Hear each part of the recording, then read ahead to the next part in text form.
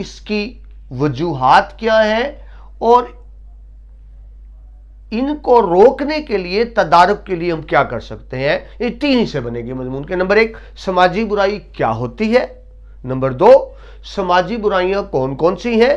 Number 3 سماجی برائیوں کی روک تھام کس طرح کی جا سکتی ہے. ذہن میں رکھیں آپ زیادہ مواد دیں گے سدے باب کے حوالے سے، روک تھام کے حوالے سے، یعنی یہ آپ نے کم بتانا ہے کہ سماجی برائی کیا ہوتی ہے، کیسے پیدا ہوتی ہے.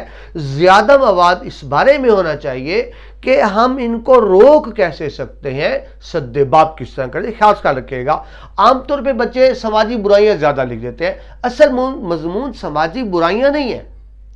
اصل مضمون یہ ہے کہ ان پر قابو کیسے پایا جا سکتا ہے، ان کا سد باب کیسے ہوتا ہے، ان کا روک تھام کیسے کی جا سکتی ہے. یہ بات ذہن میں رکھیے گا. جی سب سے پہلے مضمون میں نے 3 چیزیں لکھی. گناہ، جرم اور سماجی برائیوں میں فرق. دیکھیے تینوں وائلیشن ہے، تینوں خلاف ورزی اصولوں کی. فرق سمجھیں. اللہ کے بنائے ہوئے اصول، اگر مذہب اسلام کی بات کریں، اگر اللہ کے بنائے ہوئے اصول یعنی شریعت اور دین کی خلاف ورزی کریں گے تو وہ گناہ کہلائے گا، جس کی سزا روز آخرت میں ملے گی جہنم کی شکل میں، عذاب کی شکل میں. یعنی اللہ کے بنائے ہوئے قوانین کی خلاف ورزی گناہ کہلاتی ہے. آگے چلے. ملک کا اپنا قانون ہوتا ہے، ریاست کا اپنا قانون ہوتا ہے.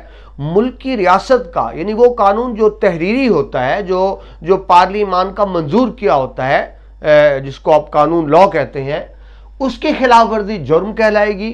اس کی سزا کون دے گی؟ گورنمنٹ دے گی. گورنمنٹ کے ادارے ہیں، عدلیہ ہے، پولیس ہے، دوسرے لا انفورسنگ ایجنسی ہے.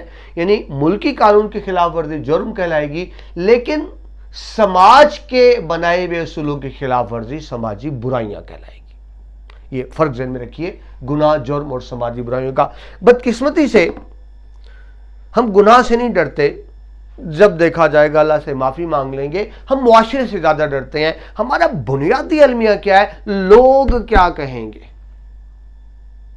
ہم اللہ سے نہیں ڈرتے، ملکی قانون سے نہیں ڈرتے، جرم سے نہیں ڈرتے، گناہ سے نہیں ڈرتے. اس بات سے بہت ڈرتے ہیں لوگ کیا کہیں گے، اور اپنی زندگی کو برباد کر لیتے ہیں، مشکل میں ڈال لیتے ہیں لوگ کیا کہیں گے. ہم معاشرے سماج سے زیادہ ڈرتے ہیں کیونکہ جو سماجی برائیاں کرے گا لوگوں کی ڈر سے گر جائے گا اور ایک طرح کی اسی وقت اس کو سزا مل جائے گی. ممکن ہے اچھا وکیل کر کے کچھ جرم سے چھوٹ جائے اور گناہ کی سزا تو آخرت میں ملے گی، مگر سماجی برائیوں میں کی سزا ہمیں اس شکل میں ملتی ہے کہ ہم سماج اور معاشرے کی وجہ سے گر جاتے ہیں. تو اس بات کو ذہن میں رکھیے گا. نظام زندگی کے لیے سماج کے، میں لکھنا بھول گیا، نظام زندگی کے لیے سماج کے متفقہ اصول. ہر معاشرہ اپنا نظام چلانے کے لیے کچھ اصول بناتا ہے، اصول وضع کرتا ہے، اور معاشرہ یا سماج پابند ہوتا ہے ان اصولوں پر عمل کرنے کے. جس طرح بھی آپ کو عرض کی، تاکہ معاشرے اور سماج کا نظام بہتر انداز سے چل سکے، تو وہ سماجی اصول ہوتے ہیں جو نظام زندگی کو مؤثر انداز میں چلانے کے لیے بنائے جاتے ہیں اور جس پہ عمل کرنا سماج اور معاشرے کے افراد کے لیے ضروری ہوتا ہے. اور اس مقصد کے لیے کیا ہوتا ہے؟ سماج کی طرف سے نگرانی اور جانچ کا ایک مؤثر نظام ہوتا ہے. یعنی سماج بعض چیزوں پہ داد دیتا ہے، تعریف کرتا ہے، اور بعض چیزوں کی وجہ سے انسان نظر سے گر جاتا ہے. تو ایک چیک اینڈ بیلنس ہوتا ہے. یہ کوئی انیکٹمنٹ نہیں ہوتی، قانون نہیں ہوتا، تحریری نہیں ہوتا، لیکن معاشرے کی طرف ویسے ہی چیک اینڈ بیلنس ہوتا ہے. اب دیکھیں ہر شخص چاہتا ہے دوسرے اس کو اچھا سمجھے، بس یہی ہوتا ہے سماج.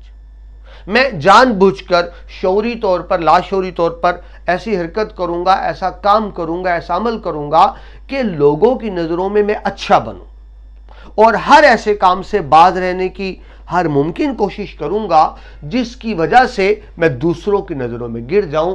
تو اگر سماج یہ اپنا کام ٹھیک کر رہا ہے تو پھر سماجی برائیوں کے امکان کم ہوتے ہیں. لیکن اگر سماج میں چیک اینڈ بیلنس کا مؤثر نظام نہیں ہے، یعنی سماجی برائیوں پر روک ٹوک نہیں کی جا رہی، کوئی نہیں پوچھ رہا، تو پھر وہ سماجی نظام غیر مؤثر ہو جاتا ہے، خلاف ورزیاں بڑھ جاتی ہیں اور پھر جس طرح آپ سے پہلے عرض کی معاشرہ ٹوٹ پھوٹ کا شکار ہو جاتا ہے۔ تو یہ تو بنیادی تعارف تھا، امید ہے آپ کو سمجھ آ گئی ہوگی سماجی برائیاں کیا ہوتی ہیں۔ اب ذرا دیکھ لیں ہمارے معاشرے، ظاہر ہم پاکستان کی بات کریں گے، ہمارے معاشرے میں اہم سماجی برائیاں کیا ہیں، وہ کون سی برائیاں ہیں جن کا ہم شکار ہیں۔ اب ذہن میں رکھیے کچھ سماجی برائیاں ایسی ہیں جو جرم بھی ہو سکتی ہیں، گناہ بھی ہو سکتا ہے۔ آپ گناہ، جرم اور سماجی برائیوں کو الگ الگ نہیں کر سکتے۔ مثلا رشوت سماجی برائی بھی ہے اور ساتھ جرم بھی ہے اور ساتھ گناہ بھی ہے، تینوں چیزیں آ جاتی ہیں، لیکن اس وقت ہم اس کو سماجی برائیوں کے طور پہ دیکھ رہے ہیں۔ عزیزان من، پاکستان کے بارے میں کہا جاتا ہے کہ یہ ایسا خوبصورت ملک ہے، یہاں اگر رشوت لیتے ہوئے پکڑے جاؤ تو رشوت دے کر چھوٹ جاؤ۔ کتنا آسان کام ہے۔ اب کون ڈرے گا رشوت لینے سے؟ اس کو پتا ہے اگر میں رشوت لیتے ہوئے پکڑا بھی گیا تو جو پولیس کے لوگ پکڑیں گے انہی کے 4 پیسے جیب میں ڈال دوں گا، وہ مجھے باعزت بری کر دیں گے، تو پھر لوگ اعلانیہ بھی رشوت لیں گے، ڈر خوف نہیں ہوگا۔ یہ ایک سماجی برائی ہے۔ ہاں اگر خوف ہو کہ پکڑا جاؤں گا تو چھوٹ نہیں سکوں گا تو پھر کیا ہوتا ہے؟ وہاں رشوت نہیں ہوتی۔ ایسے معاشرے جہاں سخت قوانین ہیں وہاں جرائم کم ہوتے ہیں۔ مثلا آپ کو مثال دوں منشیات کے حوالے سے، سعودی عرب میں منشیات نہیں ہے، وجہ یہ ہے کہ وہاں انتہائی سخت قانون ہے، جس سے منشیات پکڑی جائے گی وہ فوراً گردن اڑا دیتے ہیں، کوئی اپیل نہیں، کوئی وکیل نہیں، کوئی عدالت نہیں، کوئی نظر ثانی نہیں۔ اور منشیات تھوڑی ہوں یا زیادہ ہوں، لیکن ہمارے ہاں کیا ہے، اگر منشیات فروش پکڑا بھی جاتا ہے 5 گرام ہے تو اس کے لیے اور سزا ہے، اگر 50 گرام ہے تو اور سزا ہے، 200 گرام ہے تو اور سزا ہے، 500 گرام ہے تو اور سزا ہے، کچھ منشیات قابل ضمانت ہے، کچھ ناقابل ضمانت ہے۔ تو یہ ایک چور راستے مل جاتے ہیں۔ قانون وہ ہوتا ہے جو سخت ہو۔ جی سفارش، ہمارے ہاں سارے کام ہی سفارش سے ہوتے ہیں، جن کے پاس اقتدار آتا ہے وہ اپنے ہی رشتہ داروں کو لگا دیتے ہیں۔ بڑی عام سی بات ہے، میرٹ کی بات، یعنی سفارش کا مطلب کیا ہے؟ میرٹ کا قتل۔ اقربا پروری، اقربا کہتے ہیں رشتہ دار کو، یعنی اپنے رشتہ داروں کو نوازنا۔ اب دیکھیے جب بھی کوئی حکومت آتی ہے انہی کے ہی رشتہ دار، انہی کے ہی سمدھی، انہی کے ہی بھانجے، انہی کے بھتیجے، انہی کے کزن، انہی کے چاچے مامے، وہی گامے ماجے، وہی سارے کے سارے حکومت میں آ جاتے ہیں۔ بات پھر وہی کہ اپنوں کو نوازنا، میرٹ کی پرواہ نہ کرنے سے کیا ہوتا ہے؟ اصل حقدار کی حق تلفی ہوتی ہے۔ مثلا آپ کو مثال دوں، ایک استاذ کی مثال لیجئے۔ اگر ایک استاذ میرٹ پر اپوائنٹ نہیں ہوا، ایک استاد میں وہ قابلیت نہیں تھی، سفارشی طور پہ بھرتی ہو گیا، تو اب دیکھیں اس کا کیا نقصان ہوگا۔ نمبر 1، جو حقدار تھا اس کا حق مارا گیا، اس کی حق تلفی ہوئی، وہ نوکری سے محروم ہو گیا، یہ تو ایک نقصان۔ لیکن دوسری طرف اگر نااہل کو آپ مدرس بنا دیں گے تو کیا ہوگا کہ وہ بچوں کے مستقبل سے بھی کھیلے گا۔ لیکن اگر بات کو الٹ دیکھ لیں، ایک استاذ اپنی اہلیت کی بنیاد پر ہو تو یقیناً وہ بچوں کے مستقبل میں ممتاز معاون ثابت ہوگا۔ صرف آپ کو مثال دی، گداگری، مانگنا، کتنے شرم کی بات۔ اسلام گداگری کی سخت مذمت کرتا ہے، مگر دنیا میں سب سے زیادہ گداگر پاکستان میں ہی ہے۔ مجھے اگر آپ اجازت دیں، گداگری وہ چیز ہے، انفرادی طور پر بھی اور اجتماعی طور پہ بھی ہمارے حکمران، ہمارے بے ضمیر حکمران، جب ملک پہ برا وقت آتا ہے تو یہ ایک کاسا لے کر، کٹورا لے کر مانگنے والا دنیا میں چل پڑتے ہیں بھیک مانگنے، ہم پہ برا وقت آ گیا، مدد کریں۔ میرا تو دل مانتا ہے شاید ہمارے حکمران دل سے خواہش کرتے ہوں گے کہ ملک پہ برا وقت آئے، کوئی زلزلہ، سیلاب، طوفان آئے، تاکہ ہمیں پیسے اکٹھے کرنے کا موقع ملے، زیادہ جیب میں ڈالیں، تھوڑے بہت لگا دیں۔ وہ افراد، وہ نسلیں، وہ قومیں کبھی ترقی نہیں کرتی جو مانگنے پر آ جاتی ہیں۔ آپ ایک سبق بھی بڑی تفصیل سے پڑھ چکے محنت پسند کی ردمند، جس میں بہت تفصیل سے بات ہوئی کہ اس کے نقصانات کیا ہوتے ہیں۔ جی منشیات کا استعمال، ہر ایسی کھانے کی، پینے کی، سونگھنے کی ہر ایسی چیز جس کے استعمال کے بعد انسان اپنے ہوش میں نہ رہے اس کو منشیات کہتے ہیں۔ شراب اس کی عام مثال، جس کو قرآن پاک نے خبائث قرار دیا۔ برائی کیا ہے کہ اس کے بعد انسان اپنے ہوش و حواس میں نہیں رہتا، ناپاک شیطانی عمل قرآن نے قرار دیا۔ اس میں ہوتا کیا ہے منشیات میں وقتی طور پر تو دماغ کو سکون ملتا ہے، سکون نہیں ہوتا، دماغ سو جاتا ہے، وہ عمل سے فرار اختیار کر لیتا ہے، لیکن جب نشہ ٹوٹتا ہے تو مسائل زیادہ بھیانک ہو کر سامنے آ جاتے ہیں اور قوت عمل چھن جاتی ہے، قوت فیصلہ باقی نہیں رہتی، عمل کی قوت باقی نہیں رہتی، انسان نااہل ہو جاتا ہے، بوجھ بن جاتا ہے، مصیبت وقار بن جاتا ہے، بدنما داغ بن جاتا ہے پورے خاندان کے لیے۔ اور اگر خدا نہ خواستہ نشہ کرنے والا خود خاندان کا سربراہ ہو تو کیا ہوتا ہے؟ پورا خاندان عذاب میں مبتلا ہو جاتا ہے۔ تو ہمارے ہاں بدقسمتی سے نہ صرف منشیات کا استعمال ہے بلکہ تیزی سے بڑھ رہا ہے۔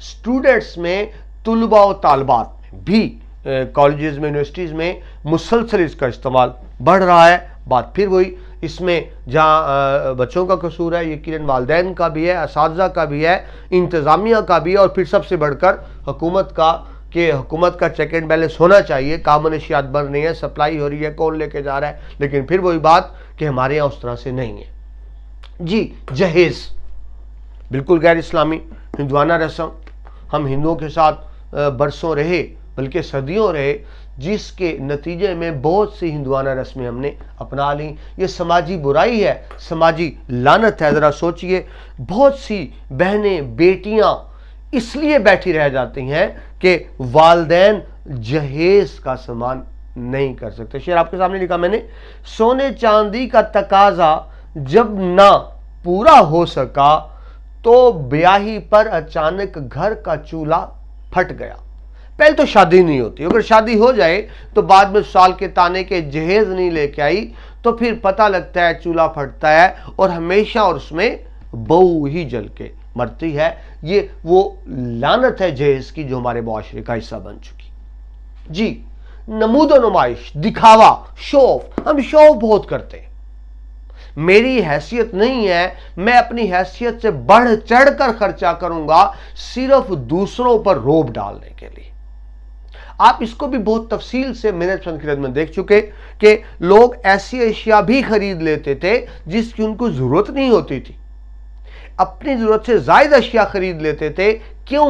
تاکہ دوسرے ان کے محتاج ہوں، دکھاوا بنے، شو آف بنے۔ ہم ضرورت سے زائد چیز لے لیتے ہیں صرف دوسروں پر روب ڈالنے کے لیے اپنا۔ تو یہ بھی ایک سماجی برائی ہے جو ہمارے معاشرے میں عام ہے۔ جی، جھوٹ برائی بھی ہے، گناہ بھی ہے، جرم بھی ہے، لیکن بدقسمتی سے ہمارے یہاں اس کو آرٹ سمجھا جاتا ہے۔ دھوکہ دینے پہ انسان شرم نہیں محسوس کرتا بلکہ کیا ہے؟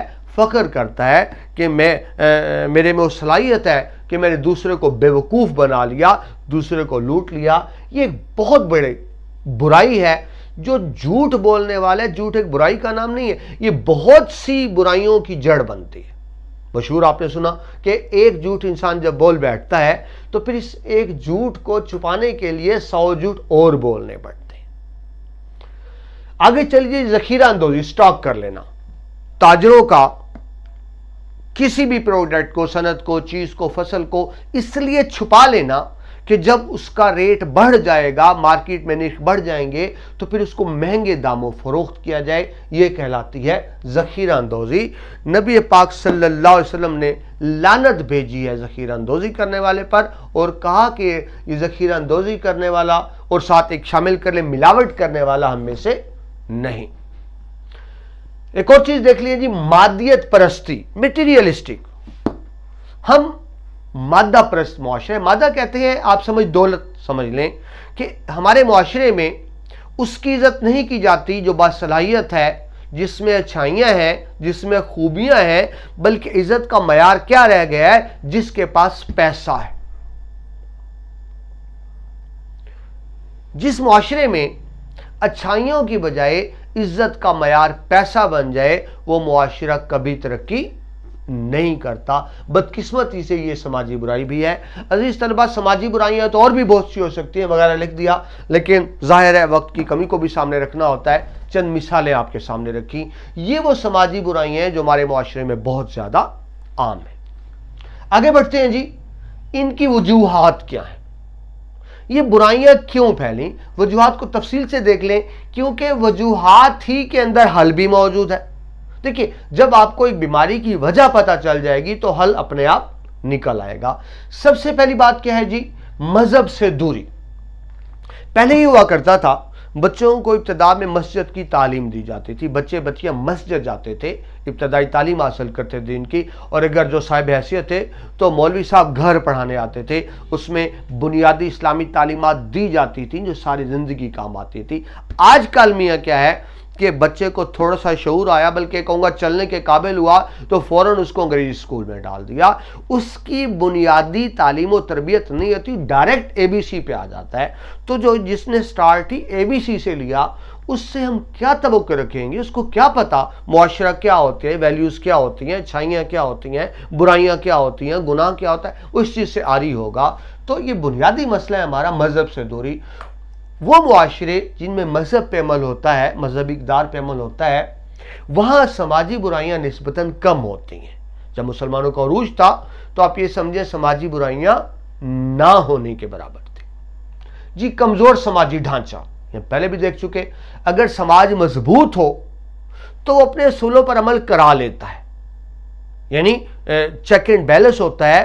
جو سماج کے اصولوں پہ عمل نہیں کرتا لوگ اس کو برا سمجھتے ہیں، صرف سمجھتے نہیں اس کا اظہار کرتے ہیں، اسے قطع تعلق کر لیتے ہیں۔ نتیجہ یہ ہوتا ہے کہ اس کو ان برائیوں سے باز آنا پڑتا ہے۔ لیکن ہمارے ہاں کیا ہے، وہ جو پنجابی میں کہتے ہیں مینو کی، جو کرتا رہے، ہم کہتے ہیں ڈونٹ کیئر، مجھے کیا، وہ کر رہا ہے مجھے کیا، اس نے اپنی قبر میں جانا ہے، میں نے اپنی قبر میں جانا ہے۔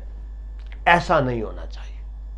مجھے یاد پڑتا ہے جب ہم چھوٹے بچے تھے تو صرف پیرنٹس نہیں، جو محلے کے بزرگ تھے وہ سارے محلے کے بزرگ تھے، اگر کوئی محلے میں بزرگ ہے اس کی نظر اپنے بچوں پر نہیں، تمام محلے کے بچوں پہ نظر ہوتی تھی۔ لیکن اب وہ صورتحال نہیں رہی، ہوا ہی ایسی چلی ہے، ہر ایک سوچتا ہے تمام شہر جلے ایک میرا گھر نہ جلے، یعنی ہر ایک کوپنی پڑی ہوئی ہے، روزگار کے مسائل ہیں، باقی مسائل ہیں، پیسہ کمانے میں لگے ہوئے ہیں ہم، تو اب کسی کو ہوش نہیں کوئی کیا کر رہا ہے، تو اس کو ہم کہیں گے کمزور سماجی ڈھانچہ۔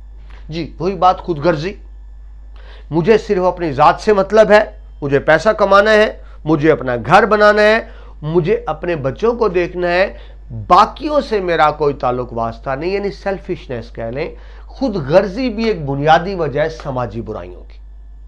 پہلے لوگ خود غرض نہیں تھے، جب اپنا خیال رکھتے تھے وہاں دوسروں کا بھی خیال رکھتے تھے، وہاں ہمسایوں کا بھی خیال رکھتے تھے، جہاں اپنے بچوں کی تربیت کر رہے ہیں وہ دوسروں کے بچوں میں بھی کوئی خامی دیکھتے تھے، ان کو پیار سے سمجھاتے تھے۔ اچھا اب جس بچے کو پیار سے سمجھاتے تھے ان کے والدین برا محسوس نہیں کرتے تھے۔ آج صورتحال کیا ہے کہ اگر میں کسی کے بچے کو روکوں گا بھی صحیح تو اسی کا والد مجھے آ کے کہے گا جناب یہ بتائیے آپ کو کیا مسئلہ ہے، آپ کو جرت کیسے ہوئی میرے بچے کو یوں ڈانٹنے کی، یہ بات کرنے کی، سمجھانے کی، ہم خود تربیت کر لیں گے، مہربانی کریں آپ رہنے دیں۔ تو یہ بھی وجہ ہے کہ پھر لوگ اوائڈ کرتے ہیں اس معاملے میں، تو یہ خود غرضی وجہ بن جاتی ہے سماجی برائیوں کی۔ ابھی آپ سے عرض کی ناقص قوانین، جن ملکوں میں معاشروں میں قانون سخت ہوتا ہے، قانون کی خلاف ورزی پر سزا ہوتی ہے، وہاں قوانین پر عمل بھی ہوتا ہے، ہمارے ایسا نہیں ہے۔ آپ کو ایک بڑی آسان سی اور سادہ سی مثال دوں، ہم روڈ پر ہیں، عام روڈ پر ہیں، پرواہ نہیں کرتے سگنلز کی، اشاروں کی بالکل پرواہ نہیں کرتے، لیکن وہی بندہ جو ٹریفک قوانین کی پرواہ نہیں کر رہا، جب وہ بندہ موٹر وے پر جاتا ہے تو قانون پہ عمل کرنے لگ جاتا ہے، کیونکہ اس کو پتہ ہے وہاں کیمرے لگے ہوئے ہیں، وہاں چلان ہوگا، وہاں رعایت نہیں ہوگی، وہ ایک دم قانون پہ عمل درآمد کرتا ہے، ذمہ دار شہری بن جاتا ہے، اور جو ہی موٹر وے سے اترتا ہے تو پھر پہلے کی طرح ہو جاتا ہے۔ بلکہ میرا تعلق لاہور سے ہے جی، لاہور میں تو آپ سب کو پتہ ایسا ہی ہے، اب وہاں کیمرے لگے ہوئے ہیں، خفیہ کیمرے لگے ہوئے ہیں، تو اب ٹریفک سارجنٹ نام بھی ہو تو ٹریفک بہت حد تک منظم ہو گئی، وہ جناب کیمرہ تصویر بناتا ہے اور چلان آپ کے گھر آ جاتا ہے۔ تو پھر وہ مطلب ہوئی، وہ جب ہمیں پتہ ہے کہ چلان ہوگا، بھرنے پڑیں گے، تو اب سارے ہی اس کی عمل درآمد کر رہے ہیں، تو بہت فرق پڑتا ہے قوانین ہوں افیکٹو ہو، مؤثر۔ پھر صرف قانون کی بات نہیں، قانون نافذ کرنے والے ادارے ہیں، سب سے پہلے تو عدلیہ جہاں مقدمے چلتے ہیں، پھر پولیس جو تفتیش کرتی ہے، پھر جیل انتظامیہ جہاں قیدیوں کو رکھا جاتا ہے، پھر بروسٹل جیلز ہوتی ہیں، جو نابالغ بچے ہوتے ہیں ان کی جیلز الگ ہوتی ہیں، تاکہ وہ کرمنلز کے ساتھ نہ رہیں. وہ الگ سے ایک طرح کی انسٹیٹیوشنز ہوتے ہیں تاکہ مقید تو ہوتے ہیں بچے لیکن ان کو برے لوگوں سے الگ رکھا جاتا ہے, ایک طرح کی ان کی اصلاح کی جاتی. ہمارے ہیں ان میں سے کوئی ادارہ صحیح فرض ادا نہیں کر رہا. پہلی بات قوانین ناقص ہے. دوسری بات پولیس جانبدار ہے. آپ سب کو پتا ہے پاکستانی پولیس کیا کر رہی ہے اور کس طرح سے کر رہی ہے. میرٹ پر تفتیش نہیں ہوتی. پھر معاملہ جب عدالت میں آتا ہے تو وہ انگلش میں کہتے ہیں ڈیلے جسٹس ڈینائڈ جسٹس. جو انصاف دیر سے ملا وہ انصاف کیا ہے؟ ظلم روز ہو رہا ہے, مسلسل ہو رہا ہے, بڑھ رہا ہے. انصاف اس طرح سے نہیں. اور آپ کو شعر سناؤں, ظلم بچے جن رہا ہے کوچاؤ بازار میں. ظلم بچے جن رہا ہے کوچاؤ بازار میں. عدل کو بھی صاحب اولاد ہونا چاہیے. عدل کی اولاد نہیں ہے, ظلم کی بڑی اولاد ہے اور بڑی کثرت سے پھیل رہی ہے. جس طرح سام کی اولاد نہیں ہوتی, بچے پھیلتے ہیں زہریلے, اس طرح سے. تو ہمارے ہاں یہی مسئلہ ہے قانون نافذ کرنے والے اداروں کی ناقص کارکردگی. آگے چلیں جی, ہم بنیادی وجوہات دیکھ رہے ہیں سماجی برائیوں کی. معاشی اور معاشرتی عدم مساوات. دیکھیں یہ تو ممکن نہیں کہ تمام دولت سب میں برابر تقسیم کر دی جائے. ایسا تو اللہ نے بھی نہیں کیا. ذرا سوچئے, اگر اللہ تعالیٰ سب میں برابر دولت, پیسے, وسائل تقسیم کر دیتا, یہ دنیا کا نظام نہ چلتا. ہمیں امیر شخص چاہیے جو مل فیکٹری لگائے, ہمیں غریب مزدور بھی چاہیے جو اس میں کام کرے. جہاں ہمیں ڈاکٹر چاہیے جو علاج کرے, وہاں ڈاکٹر ڈسپینسر بھی چاہیے, اس کے ساتھ سویپر بھی چاہیے, اس کے ساتھ وارڈ بوائے بھی چاہیے. تو یہ ایک اصول ہے کہ اللہ نے مختلف طبقات بنائے, مختلف لوگوں کو مختلف طرح سے بنایا. لیکن یہاں مطلب یہ ہے کہ سب کے پاس ترقی کا موقع تو ہونا چاہیے. ترقی کرنے کے یعنی اگر کوئی غریب ہے اور اگر وہ باصلاحیت ہے تو اس کے پاس یہ موقع ہو کہ ترقی کر سکے. لیکن ہمارے ہاں کیا ہے, غریب سے غریب تر ہوتا چلا جا رہا ہے, امیر سے امیر تر ہوتا چلا ہے. معاشی مساوات یعنی فائنانشل ایکویلٹی نہیں ہے. ویسے ہی معاشرتی عدم مساوات جو آپ سے پہلے میں نے عرض کی, ہم مادیت پرست معاشرے ہیں. ہمارے ہاں عزت کا معیار شرافت اور خاندانیت نہیں ہے, عزت کا معیار مال و دولت ہے. جہاں عزت کا معیار مال و دولت ہوگا تو ذہن میں رکھیں پھر وہاں لوگ اچھا بننے کی کوشش نہیں کریں گے, وہاں لوگ صرف امیر بننے کی کوشش کریں گے. اور یہ ایک بہت بڑی خرابی کی بنیاد بن جائے گی جس سے آگے بہت سی خرابیاں جنم لے گی. جی بے روزگاری, سیدھی بات ہے جی, پیٹ تو روٹی مانگتا ہے. میں کتنا بھی ایماندار ہوں, اگر میں روٹی نہیں کما پا رہا, اگر انسان شادی شدہ ہے, اس کے بیوی بچے ہیں, وہ روٹی نہیں کما پا رہا, یقیناً وہ غلط راستے کی طرف جائے گا, یقیناً وہ برے لوگوں کے ہاتھے چڑھے گا. یہ حکومت کی بنیادی ذمہ داری ہوتی ہے کہ عوام کی تین بنیادی جو چیزیں جو پیپلز پارٹی نے نعرہ لگایا تھا ذوالفقار علی بھٹو مرحوم نے, روٹی, کپڑا اور مکان. روٹی دینا, کپڑا دینا, مکان دینا حکومت کی بنیادی ذمہ داری ہے جو حکومت کو پوری کرنی ہے. آپ سب جانتے ہیں حضرت عمر فاروق رضی اللہ تعالیٰ عنہ فرمایا کرتے تھے کہ اگر دریائے فرات کے کنارے ایک جانور, کہیں کتے کا نام ہے, کوئی بکرے, مختلف کوئی بھی جانور آپ کہہ لیں, کوئی جانور بھی بھوکا مر گیا تو قیامت کے دن میرا گریبان پکڑا جائے گا. یہ ہے حکومت کی ذمہ داری. دیکھیے قرآن پاک میں بڑا واضح ہے کہ چور کا ہاتھ کاٹ دیا جائے. لیکن ایک مرتبہ ایسا ہوا, عرب میں قحط پڑ گیا غلے کا, تو حضرت عمر فاروق کے دور میں قرآن پاک کے اس حکم پہ سزا کو معطل کر دیا گیا, یعنی فار ٹائمنگ سسپینڈ کر دیا گیا کہ کیونکہ حکومت سب کو روٹی نہیں دے پا رہی تو جب تک یہ حالات ٹھیک نہیں ہوں گے چور کا ہاتھ نہیں کاٹا جائے گا. تو بات کو سمجھنے کی کوشش کیجئے, یہ حکومت کا کام ہے کہ سب کو روٹی, پانی اور روزگار دے. بدقسمتی سے ہمارے ایسا نہیں ہے, تو اس سے پھر جرائم بھی جنم لیتے ہیں, اس سے سماجی برائیاں بھی جنم لیتی ہیں. آگے بڑھیے جی, جہالت. ایک جاہل آدمی اچھے برے کی تمیز نہیں کر سکتا, وہ بہت جلدی ٹریپ ہو جائے گا, برے لوگوں کے ہتھے چڑھ جائے گا اور پھر برائیوں کا شکار ہو جائے گا. ٹائم بہت ہو گیا جی, مختصر بات کرتے ہیں. تربیت کا فقدان. ابھی آپ کو عرض کی, پہلے والدین, بڑے خاندان کے بزرگ, جوائنٹ فیملی سسٹم میں دادا دادی, نانا نانی, تایا چچا تربیت کیا کرتے تھے بچوں کی. لیکن اب وہ صورتحال نہیں رہی. رزلٹ کیا ہے, نئی نسل بالکل کٹی پتنگ کی طرح ہے, جس طرف ہوا لے گئی, کوئی سمت نہیں ہے کہ کس طرف چل رہا ہے. فرقہ واریت. بدقسمتی سے ہم فرقہ واریت کا سیکریٹرین جس کو کہتے ہیں اس کا شکار ہے. مسلمان تو ایک ہی ہیں, غیر ملکی طاقتیں ہیں, غیر مسلم طاقتیں ہیں جنہوں نے تقسیم کر دیا ہمیں, شیعہ میں, سنی میں, اہل سنت میں, اہل حدیث میں, مختلف فرقے بنا دیے. اور بدقسمتی سے کچھ لوگ مذہب, میں علماء دین کی بات نہیں کرتا, کچھ لوگ جو جعلی علماء دین ہیں, علماء دین ہیں نہیں, داڑیاں رکھ کر مسجدوں میں گھس گئے, مسجدوں پہ قبضہ کر لیا, اور جن کو بیرون ملک سے فنڈنگ ہوتی ہے وہ جان کر فرقہ واریت کو ہوا دیتے ہیں. اور ایسا بہت جگہوں پہ ہو رہا ہے. میں یہ نہیں کہتا وہ عالم دین ہوتے ہیں جو مسجدوں پر, میں نے ایک لفظ بولا, جو مسجدوں پہ قبضہ کیے بیٹھے ہیں, ان کی فنڈنگ باہر سے ہوتی ہے, وہ جان بوجھ کے مسلمانوں کو لڑواتے ہیں. اگر ہمیں مذہبی تعلیم ہو ہم اس سے بچیں, اور یہ حکومت کا کام ہے کہ فرقہ واریت کو کنٹرول کرے.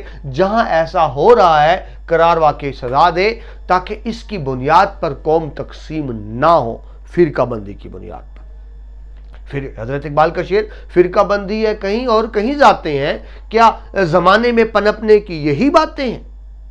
ایک اور جگہ فرماتے ہیں, یوں تو سید بھی ہو, مرزا بھی ہو, افغان بھی ہو, تم سبھی کچھ ہو, بتاؤ تو مسلمان بھی ہو.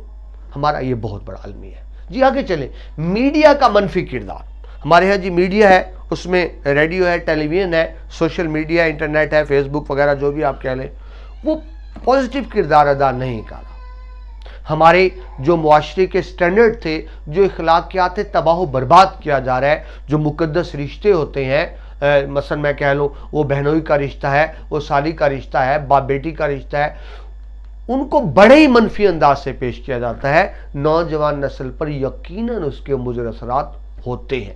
ضرورت ہے میڈیا کو بھی کنٹرول کرنے کی. اگر آپ مجھے کہنے کی اجازت دیں, جو معاشرے میں فحاشی, عریانی اور بدکاری ہے, اس میں بہت زیادہ کردار میڈیا کا بھی ہے. میڈیا پر سخت کنٹرول کی ضرورت ہے.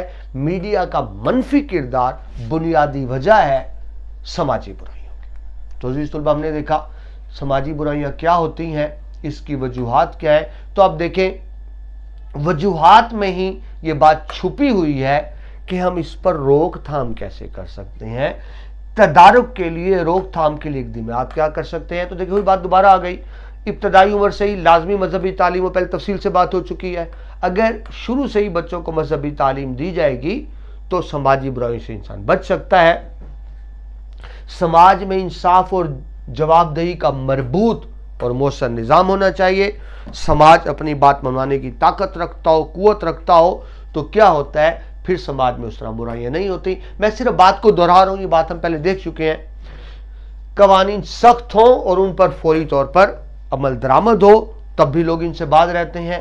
مساوات پہ مبنی معاشرہ ہو, یعنی کیا, معاشی مساوات بھی ہو, معاشرتی مساوات بھی ہو, دولت کی مساویانہ تقسیم اس طور پر ہو کہ جو ترقی کرنا چاہے اس کے پاس ترقی کے مواقع ہوں. جس طرح بھی آپ کو اس کی روٹی کپڑا مکان, حکومت کی طرف سے بنیادی حقوق اور سہولیات اگر مہیا کیے جائیں, جس کو اب سوشل ویلفیئر سٹیٹ کہتے ہیں, جس طرح مغرب میں بہت سی ریاستیں ہیں, تو وہاں پھر سماجی برائیاں اس طرح سے نہیں ہوتی. اولاد کی تربیت پر خصوصی جو بھی بات کی, یہ والدین کا, بزرگوں کا بڑے پہلے تربیت سازی کا کام کیا کرتے تھے. مائیں سوتے وقت جو بچوں کو کہانیاں سناتی تھی, لوریاں سناتی تھی, ان میں ایک بڑی تربیت کی بات تھی. لیکن مجھے معاف کیجئے گا, یہ بات میں جو کر رہا ہوں, اب کیا ہے, بچے بھی موبائل اور ٹیب پر لگے ہوئے ہیں, اور مائیں بھی موبائل اور ٹیب پر ہی لگی ہوئی ہیں, تو وہ بات ختم ہو کر رہے گی تربیت کی. اگرچہ ہر جگہ ایسا نہیں ہے, لیکن زیادہ تر ایسا ہی. جی, فرقہ وارانہ تقاریر اور مواد پر مکمل پابندی بھی عرض کی. یہ حکومت کا کام ہے چیک اینڈ بیلنس رکھے, کس مسجد سے, کس امام بارگاہ سے, کس دینی درسگاہ سے, کس محفل سے وہ پیغام دیا جا رہا ہے مسلمانوں کو لڑوانے کا. کتنی دکھ کی بات ہے. سب کی بات نہیں کر رہا, یہ جو فرقہ وارانہ تنظیمیں ہیں, سنی شیعہ کو کافر کہہ رہا ہے, سنی شیعہ کو, شیعہ سنی کو, ہم سب ایک دوسرے کو کافر کہہ رہے ہیں. ہاں, صرف غیر مسلم ہے جو ہمیں مسلمان کہہ رہے ہیں. غیر مسلموں کے نزدیک ہم مسلمان ہیں, لیکن ہم مسلمان ایک دوسرے کے نزدیک مسلمان نہیں ہیں. جی, ابھی آپ سے اس کی میڈیا اور سوشل میڈیا کی مسلسل کڑی نگرانی کی ضرورت ہے. روکا جائے ایسے ٹاک شوز کو,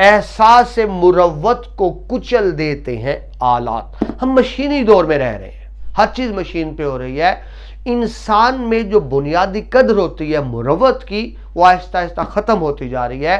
ہم خود بھی مشین بنتے چلے جا رہے ہیں، مشین کی طرح صبح سے رات تک کام کر رہے ہیں، اور جو گھر کا سربراہ ہوتا ہے وہ باقی افراد کے نزدیک اس کی حیثیت صرف ایک اے ٹی ایم مشین کی ہوتی ہے. وہ کما کے لائے گا، وہ بیچارہ کمانے میں لگا ہے اور باقی کھا رہے ہیں. وہ احساس مروت ہر چیز ختم ہو کر رہ جاتی ہے. جی حضرت اقبال اللہ تعالیٰ شکوہ فرما رہے ہیں، تو قادر و عادل ہے، قدرت رکھنے والا، تو قادر و عادل ہے، مگر تیرے جہاں میں ہے تلخ بہت بندہ مزدور کے اوقات. یعنی غریب کے حالات بہت برے ہیں، اللہ تعالیٰ ان پہ نظر کرم فرما. فرقہ واریت کے حوالے سے ہی حضرت اقبال کا شعر، فرقہ بندی ہے کہیں اور کہیں ذاتیں ہیں، کیا زمانے میں پنپنے کی یہی باتیں، پنپنا ترقی کرنا، گروتھ کرنا، یہی ہے عبادت، یہی دین و ایمان کے کام آئے دنیا میں انسان کے انسان. یہ شعر ہم نے دیکھ لیا تھا. آخری شعر وائنڈ اپ کرتا ہوں جی. ہم کس قدر خود غرض ہو گئے. مقید کر دیا سانپوں کو یہ کہہ کر سپیروں نے کہ انسانوں کو انسانوں سے ڈسوانے کا موسم.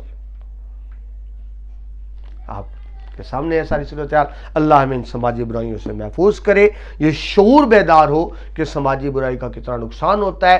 ہر شخص ذاتی طور پر، انفرادی طور پر اپنا کردار ادا کرے تو انشاءاللہ ہم سماجی برائیوں سے چھٹکارا حاصل کر سکتے ہیں، اور تب بھی ہم اقوام عالم میں ایک ممتاز مقام حاصل کر سکتے ہیں.